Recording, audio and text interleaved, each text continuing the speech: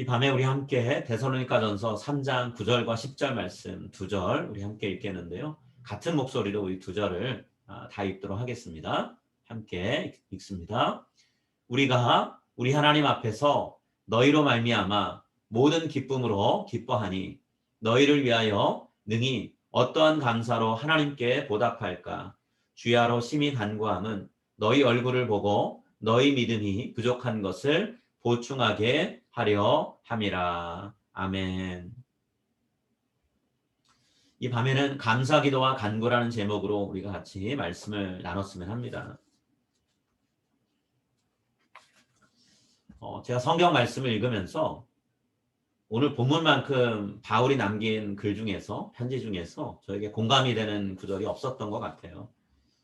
제가 왜 이렇게 얘기하냐면, 한 사람의 목회자로서 바울이 자신이 섬겼던 교회의 성도님들 향해서 품고 있는 마음을 정말 솔직하게 드러내고 있는 모습을 보면서 제가 공감을 하게 되는데요. 여러분이 생각하실 때 저뿐만 아니라 많은 목사님들이 담임 목회를 하실 때 제일 부담스러워하는 게 어떤 거라고 생각이 되세요? 목사님들이 목회하면서 어떤 걸 제일 마음의 부담으로 여기면서 목회하실까? 목회를 하면서 가족들하고 시간 많이 못 보내는 그런 부분이 부담스럽다고 생각하실까요? 아니면 교회가 넉넉지 못한 교회들도 꽤 있는데 그런 교회들 생각하면 생활에 어려움을 겪는 것 때문에 목사님들이 부담스러워 하실까요? 혹은 아무리 노력해도 성도들의 수가 늘지 않고 제자를 걸어가는 것 같고 다 내 탓인 것 같아서 그것이 부담스럽게 여겨질까요? 코로나 팬데믹 우리가 한참 지나고 있는데 다른 지역에 계시는 목사님들과 간혹 가다가 이렇게 통화를 할 때가 있습니다. 가끔 통화를 해보면 그분들의 입을 통해서 각 교회가 안고 있는 어려움들을 듣게 되는데요. 공통적으로 나눠주시는 이야기들이 좀 있어요. 그게 뭐냐면 지금 이 상황에서 성도님들을 어떻게 섬겨야 되지라고 하는 고민을 갖고 계신다는 거죠. 몸을 부대끼면서 만날 수 있는 길은 확실하게 단절이 됐잖아요. 여러 가지로 차단된 상태인데 그런 상황에서 그냥 만날 수 없으니까 이대로 그냥 있자가 안 되잖아요. 여전히 성도님들을 돌봐야 되는 축제가 있죠. 서로 만날 수도 없고 만나서도 안 되는 경우도 있고 그러다 보니까 목회자들이 성도님들과 연락을 끊고 살 수 있을까? 그건 안 되잖아요. 오히려 이전보다도 개별적으로 돌봐야 되는 성도들이 더 많아졌다고 말을 할 수가 있는데 코로나 팬데믹이 길어지면서 그렇게 됐죠. 몸은 안전한데 마음의 병이 들어서 힘이 들고 또 괴로워하는 분들이 점점 많아집니다. 또 온라인을 통해 예배를 중단하지 않고 계속 드리고 있지만 함께 만나서 영적으로 교제하고 식사하고 그렇게 도전도 받았던 이런 일들이 단절되면서 성도님들의 영적인 건강도 나빠지고 있어요. 목회자로서 그런 이야기를 들으면 또 무언가를 해야 되란다라고 하는 그런 마음이 생기잖아요. 전화를 걸어서 신방을 하든 잠깐이라도 집 앞에 방문을 해서 안부를 묻고 어찌 지내시는지 살피든 무언가 이야기를 나누고 돌봐야 되잖아요. 그러다 보니까 어떻게 성도님 섬기는 것이 지금 상황에서 가장 최선일까에 대한 고민을 늘 계속 하게 된다는 거죠. 실제로 어떤 목사님은 그런 얘기 하시더라고요. 성도들 중에 우울증 앓고 계시는 그런 분들이 여러 분 계시는데 팬데믹 기간 중에 그 증세가 더 심해졌대요. 이전에도 있었지만 그래도 많은 분들과 교류하면서 그 증세가 그렇게 심하지 않았는데 이 코로나 팬데믹이 되면서 훨씬 더 심해졌고 약을 먹어도 어떤 때는 본인 스스로 조절이 안 되는 때까지 있다라고 얘기하시더라고요. 그래서 성도들이 개인 페이스북 혹은 인스타그램에다가 글을 올리는데 내용이 심상치가 않다는 거예요. 목사님들이 그 글을 읽고 나서 찾아가는 경우도 있고요. 성도님들 중에 연락을 하셔서 목사님 이 성도가 지금 이렇게 글을 썼는데 이거 예사롭지 않은 것 같습니다. 목사님 좀 살펴봐 주세요 라고 얘기하신다는 거예요. 그래서 그 성도님들하고 같이 만나서 이야기도 하고 어떻게든 무언가 대화를 나누려고 하는데 정성을 다해보긴 하는데 그렇다고 성도님들의 문제가 완전히 해결되는 것도 아니라는 거죠. 계속적으로 시간이 또 여러 가지 든다라는 거예요. 우리 교회 성도님들이 그 정도까지 심각해진 상태에 있는 분은 없는 것 같아요. 그렇지만 현장 예배를 나오고 싶어 하시고 또 다른 성도님들 만나고 싶어 하는 그 마음만큼은 점점 더 커지신다는 건 제가 보고 있습니다. 백신 접종이 시작되고 나니까 연세 많으신 어른들 중에 몇 분이 저한테 연락을 해주세요. 전화하는 분도 있고 카톡으로 문자 보내는 분들도 있고, 목사님 제가 2차 접종까지 마치면 저 현장 예배 나갈 겁니다. 그때는 나오지 말란 말 하지 마세요. 저 꼭 나갈 거예요. 이렇게 얘기하시더라고요. 현장 예배에 나오겠다는 마음 굳히시고 연락을 하시는 분들인데 백신을 맞으신 상태이기도 하고 더 이상 제가 집에서만 예배드리세요 라고 말씀을 못 드리겠더라고요. 한계에 도달해 계신 걸 이미 오래전부터 알고 있는데 이제 백신 맞고 확실하게 저 스스로 지킬 수 있으니까 나가겠습니다 라고 하시는데 오세요 라고밖에 말 못하죠. 예배 신청하시고 오세요 이렇게 얘기할 수밖에 없죠. 오늘 본문에 나오는 바울의 상황, 지금 제가 말씀드린 이런 상황들하고요 세부적인 면에서는 다른 게 있습니다. 그렇지만 본질적으로는 똑같은 얘기를 하고 있는 거예요. 목회자들과 성도들이 처한 상황은 같은 거죠. 서로가 함께 할 수 없는 상황에 있습니다. 성도들을 그런 가운데도 계속 돌봐야 되는 목회는 포기할 수 없는 일이에요. 이런 상황에서 어떻게 하는 게 성도들을 위해 내가 최선을 다하는 걸까? 바울이 고민하면서 오늘 9절 10절 말씀을 적고 있는 거죠. 자, 서로 만날 수 없고 어려움 중에 있는 걸 알면서도 함께 할 수 없는, 멀리 있기 때문에 못 가고 길이 막혀서 못 가는 상황에서 바울에게 위로가 되는 소식이 들려왔어요. 디모데를 바울 대신 보내서 성도들을 돌보게 했더니 성도들이 주어진 상황에서 믿음을 굳게 지키고 있다는 기쁜 소식을 듣게 됐습니다. 여러분, 목회자로서 성도들이 잘 지내고 있다, 정말 믿음이 흔들림 없이 가고 있다는 이야기 듣는 것보다 기쁜 일 없죠. 성도들이 뭔가 잘못되고 있다 그러면 목회자로서 이게 내가 잘못 돌봐서 이런 거지라는 책임감을 갖게 되는데 반대가 되는 얘기를 들었으니까 얼마나 바울이 기쁘고 감사했겠어요? 자, 바울이 그 마음을 고스란히 9절에서 표현하고 있어요. 우리 9절 말씀 한번 같이 읽겠는데요. 9절.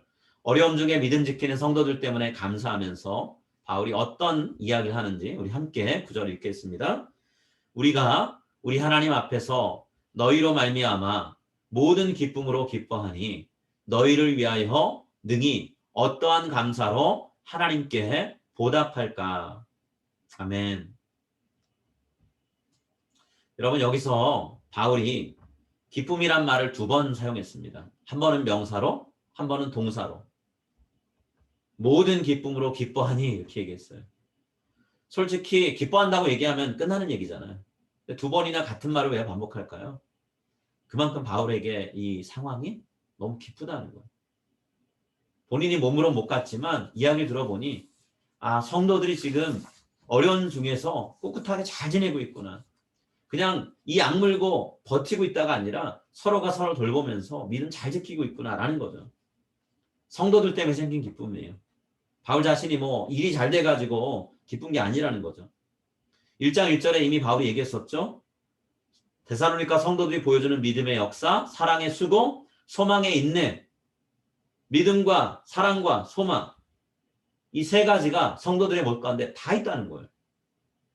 그렇게 살아가 주는 게 너무 고마운 거죠. 이 사실을 듣고 나니까 바울이 하나님께 너무 감사하다고 표현하고 있어요. 본인이 직접 가서 돌봐줄 수 없는데 성도들이 믿음을 잘 지키며 생활하는 거, 그게 고마운 거죠. 근데 그게 성도들이 애쓰고 노력해서만 됐을까요? 아니잖아요. 하나님께서 그들을 지켜주시고 인도해 주셨기 때문이죠. 하나님의 은혜가 있었기 때문이잖아요. 그래서 바울이 얘기하는 거예요. 내가 여러분들 때문에 너희로 인하여 하나님께 감사한다. 근데 뭐라고 표현했냐면 아무리 하나님 앞에 내가 감사를 표현하려고 해도 다 표현할 수 없다 얘기합니다. 그 표현을 이렇게 얘기했죠. 너희를 위하여 능히 어떤 감사로 하나님께 보답할까. 자, 바울은 하나님께 빚을 진 마음을 갖고 있습니다. 제가 해야 될 일인데 하나님께서 그 자리에 계시면서 대신 저들을 돌봐주셨습니다. 제가 그 은혜를 어떻게 갚을까요? 라고 바울은 얘기하고 있는 거예요. 여러분, 목회자인 저는 물론이고요. 성도님들께 바울이 그랬던 것처럼 서로를 통해서 감사할 일이 많아졌으면 합니다. 정말 그러기를 소망해요. 바울처럼 그래서 하나님 앞에서 하나님 제가 이 상황들을 이렇게 제가 듣는 이야기들을 어떻게 다 감사할까요? 라고 얘기할 수 있을 만큼 감사한 일이 많아졌으면 좋겠어요. 또 여러분 별다른 큰일 없이 이 팬데믹 기간을 잘 보내실 수 있기를 간절히 기도합니다. 여러분 한 분 한 분이 건강하시고 여러분 한 분 한 분이 영적으로 바로 서는 게 저한테는 가장 큰 선물이에요. 바울에게 데살로니가 교회 성도들이 잘 지내는 것이 큰 선물이고 은혜고 하나님께 빚을 지는 것인 것처럼 마찬가지라는 거죠.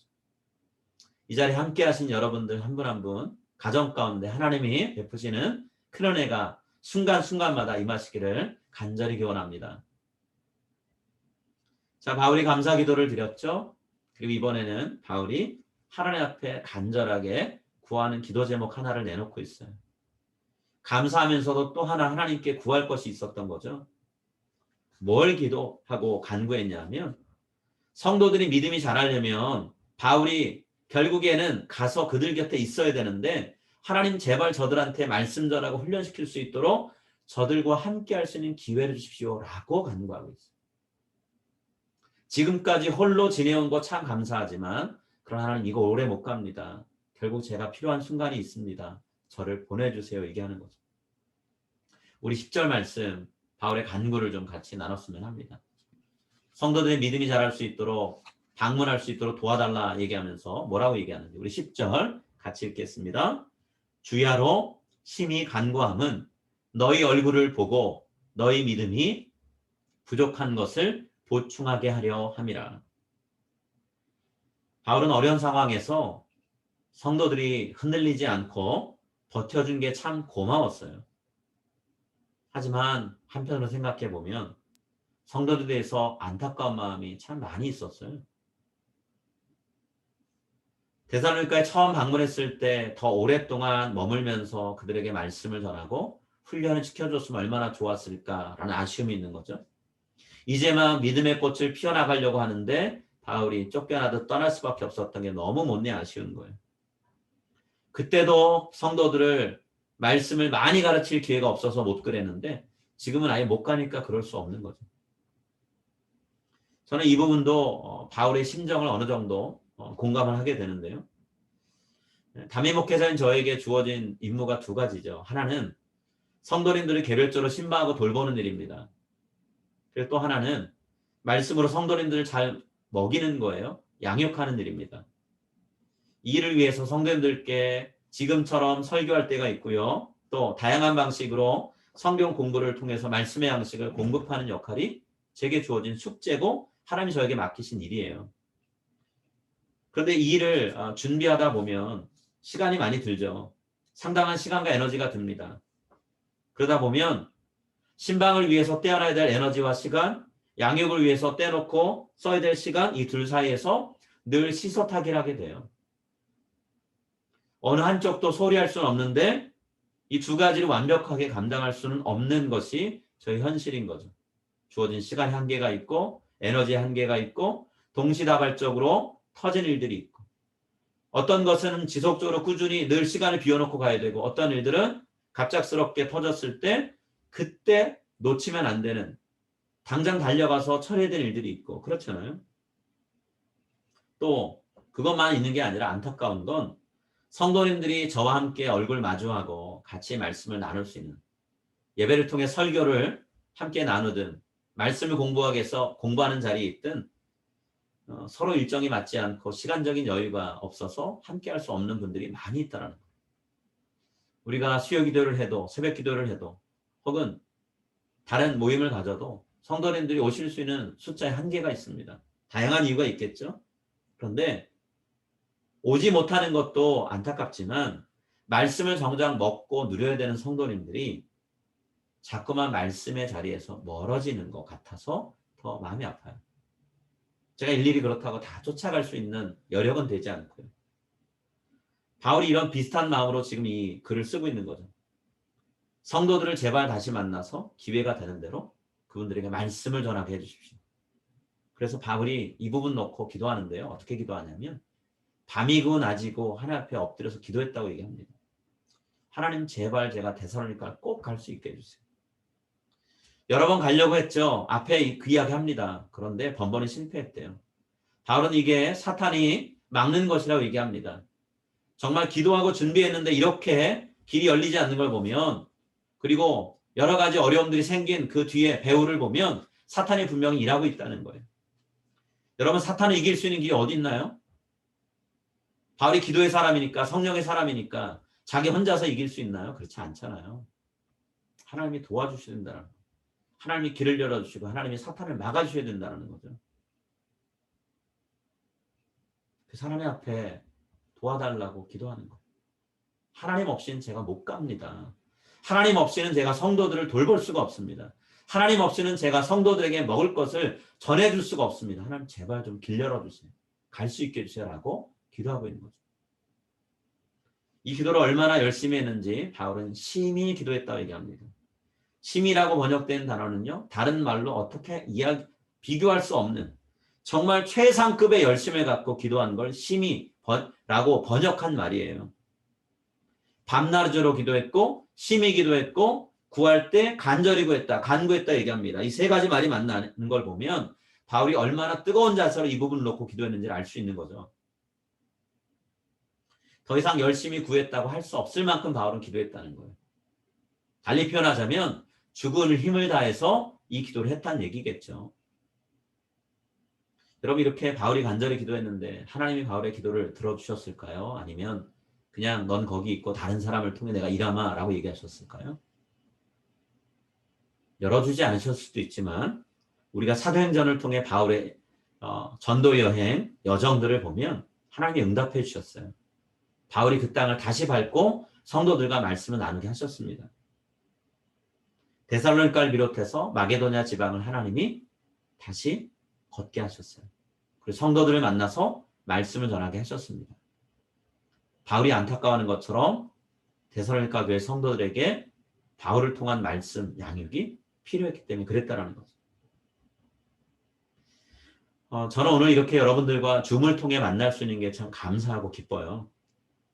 이 통로를 통해서 여러분들과, 물론 우리가 화면을 다 켜놓고 얼굴을 마주대할 수는 없지만 그래도 제가 옆에 화면을 보면 여러분들 이름이 하나하나 다 나옵니다.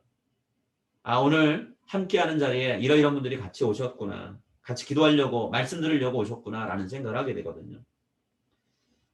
그런 걸 생각하면 감사하고요. 또 한편으로 생각하면 이 자리에 함께하지 못한 성도님들이 훨씬 더 많다는 것 때문에 교회의 10분의 1도, 작년 성도의 10분의 1도 이 자리에 모이지 못하는 걸 생각하면 나머지 성도님들이 함께 말씀을 나누지 못하는 것 때문에 유튜브를 통해 또 들으시는 분들이 있겠지만 그러나 그 숫자를 합쳐도 우리 전체 성도의 숫자에 비하면 적은 걸 생각하면 또 한편으로는 아쉬운 마음이 있고 마음이 아프죠.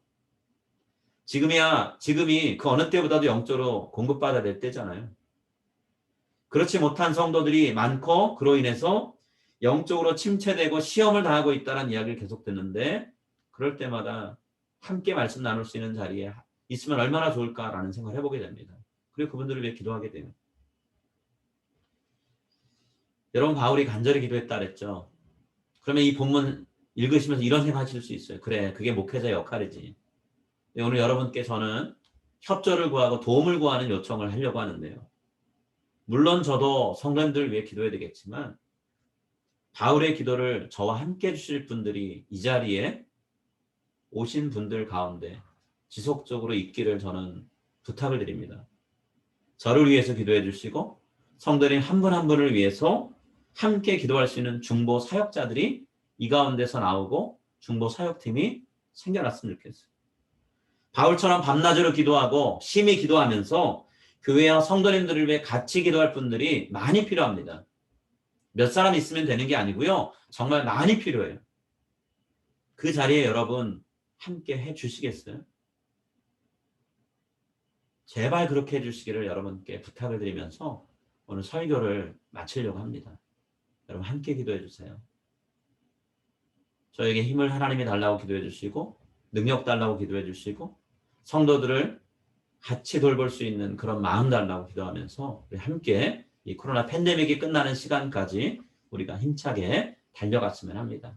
여러분 그 일에 동참해 주실 줄 믿고 여러분을 축복합니다. 우리 같이 기도하겠습니다. 하나님 감사합니다. 저희들에게 코로나 팬데믹이라고 하는 우리가 원치 않는 테스트의 기간, 시련의 기간을 지나게 하시지만 이 기간이 우리에게 한없이 아프고 쓰리기만 한 기간이 아니라 전에는 경험할 수 없는 새로운 일들을 경험하게 하시고 하나님의 은혜를 받을 수 있는 귀한 통로들을 열어주시는 것 감사합니다. 하나님 이 밤에 모인 우리들 가운데 하나님 마음에 아픔이 있고 괴로움이 있고 갈급한 마음이 있어서 나와 주님 말씀을 사모하는 마음으로 참여한 분들이 있다면 그 마음에 하나님께서 큰 은혜로 채워주시고 기도할 때 막힌 기도의 문이 열릴 수 있게 하시고 찬양할 때 주님의 은혜가 임할 수 있게 해주시기는 합니다. 또한 하나님 이 시간 기도합니다. 저와 함께 우리 교회를 위해 성도님들을 위해 하나님 함께 합심해 기도하며 울부짖을 기도의 팀들을 하나님 붙여주시고 세워주시고 함께 하셔서 하나님 우리 교회가 기도로 뜨거워지는 교회, 기도로 나아가는 교회, 하나님께서 일하시는 것을 분명하게 볼 수 있는 그런 교회가 다 될 수 있게 해주시기는 합니다. 하나님 앞에 감사하는 것이 많아지게 하시고 간구하는 입술들이 많아지게 하시고 무릎 꿇는 사람이 더욱더 많아질 수 있도록 우리 교회를 붙들어 주시고 함께 해주시기는 합니다. 주님 우리를 사용하실 줄 믿습니다. 우리를 세우실 줄 믿습니다. 우리의 무릎을 기도하는 무릎으로 만들어 주실 줄 믿습니다. 오직 하나님 함께 하실 줄 믿고 감사드리며 이 모든 말씀 예수님의 이름으로 간절히 기도드립니다. 아멘.